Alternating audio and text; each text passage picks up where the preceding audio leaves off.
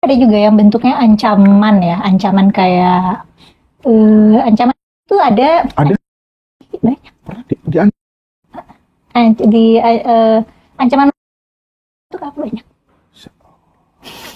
Nah kadang-kadang tuh kalau di Instagram ada yang ngancam bunuh, wah ini darahnya udah halal, atau yang kayak gitu. Wah kalau ini tinggal ditebas aja nih lehernya kalau udah Sayyidina Umar pedangnya gemetar melihat wanita ini ingin menebas leher, atau yang semacam itu tuh ada. Kadang belakangan itu ada yang doxing aku, jadi nomor HP, alamat, jadi gitu. Misalnya ya ngatain aku jelek, ngatain aku bau ada, padahal kan nggak ketemu ya. Nggak ketemu.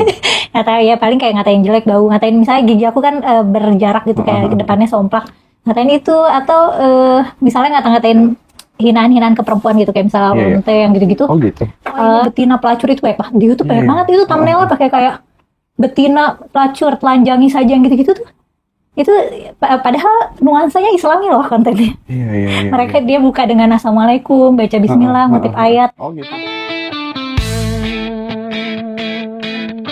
Umat yang pandir, benci orang kafir, suka teriak takbir tanpa bisa mikir. Quran sudah kadaluarsa, gak berjilbab gak masalah. Hafal Quran gak penting, hanya bahan marketing. Agama gampang nista, umat gampang marah. Harap masuk surga, pasti masuk neraka. Quran sudah kadaluarsa, gak berjilbab gak masalah. Hafal Quran gak penting, hanya bahan marketing.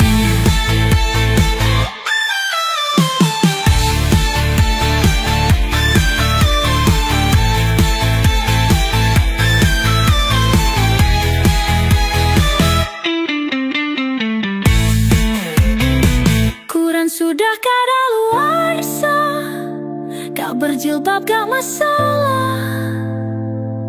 Hafal Quran gak penting, hanya bahan marketing. Quran sudah kadaluarsa, gak berjilbab gak masalah.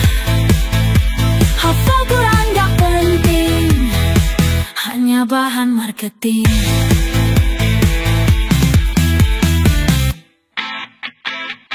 Masyarakat muslim cenderung punya shared victim mentality gitu, merasanya kayak korban mulu, merasanya kayak ditindas mulu.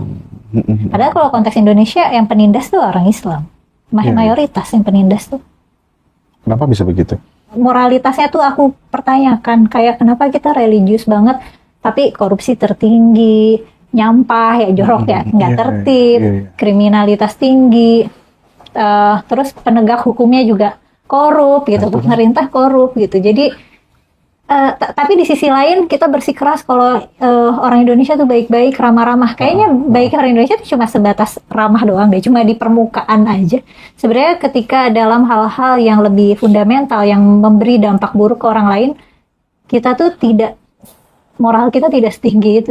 Sebenarnya ketika kita melihat orang rajin sholat tapi kelakuannya busuk, itu ya membuktikan sholat itu tidak ada dampak bagi perilaku seseorang. Sholat ya sholat, perilaku dia perilaku gitu. Kan banyak orang-orang non-muslim yang tidak sholat tapi perilakunya bener gitu. Mbak Mila, gimana mensikapi teman-teman yang seperti itu? Dirimu kira-kira gimana gitu? Kalau dimaki-maki sih nggak aku sikapi ya, aku abaikan. Oke. Ya udah. Tapi kalau misalnya dibalas argumen yang valid maksudnya ya, bukan jenis argumen yang ini kan ada dalilnya, padahal itu ada dalilnya, itu nggak aku anggap argumen yang valid. Kalau argumennya valid sih, ya aku perhatikan atau aku respon kalau perlu direspon ya. Tapi so far sih kebanyakannya caci maki kosong. Tapi nggak ngefek ya, sama sekali. Ngefek secara mental itu hampir nggak ada. Hampir nggak ada. Aku baik-baik aja. Oh oke.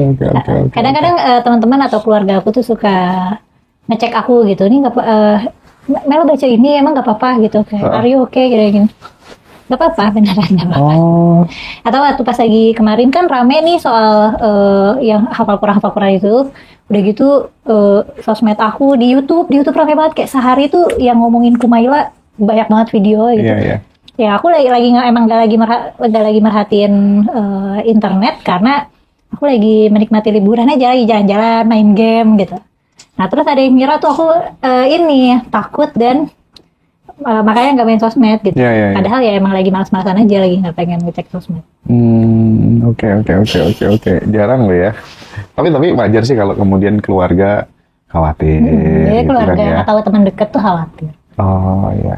Tapi kan ada juga yang bentuknya ancaman ya, ancaman kayak ancaman itu ada Ada banyak. di Ancaman itu apa banyak. Nah kalau itu tuh aku agak-agak aku precautionnya paling aku nggak posting sesuatu tuh real time gitu. Misalnya aku lagi di restoran mana gitu, terus aku nggak posting itu di hari yang sama gitu atau di span waktu yang sama. Oke. Karena nggak tahu juga nih ya, pikiranku sih ini kayak pengecut yang ngomong besar, tapi kan Iya. kalau beneran ada risiko celakanya kan konyol ya sih. Maksudnya Sampai diancam. kadang-kadang tuh kalau di Instagram ada yang ngancam bunuh, ini darahnya udah halal atau yang kayak gitu. Iya, Wah iya, kalau ini tinggal ditebas aja nih lehernya kalau udah Sayyidina Umar pedangnya gemetar melihat wanita ini ingin menebas leher atau yang semacam itu tuh ada. Kadang-kadang aku pin komennya. Gimana tuh Mbak Mila menanggapi kita di Islam harusnya kan tidak seperti itu gitu kan ya. Bunuh aja halal darahnya dan lain sebagainya. Itu kira-kira karena misinterpretasi atau gimana sih Mbak?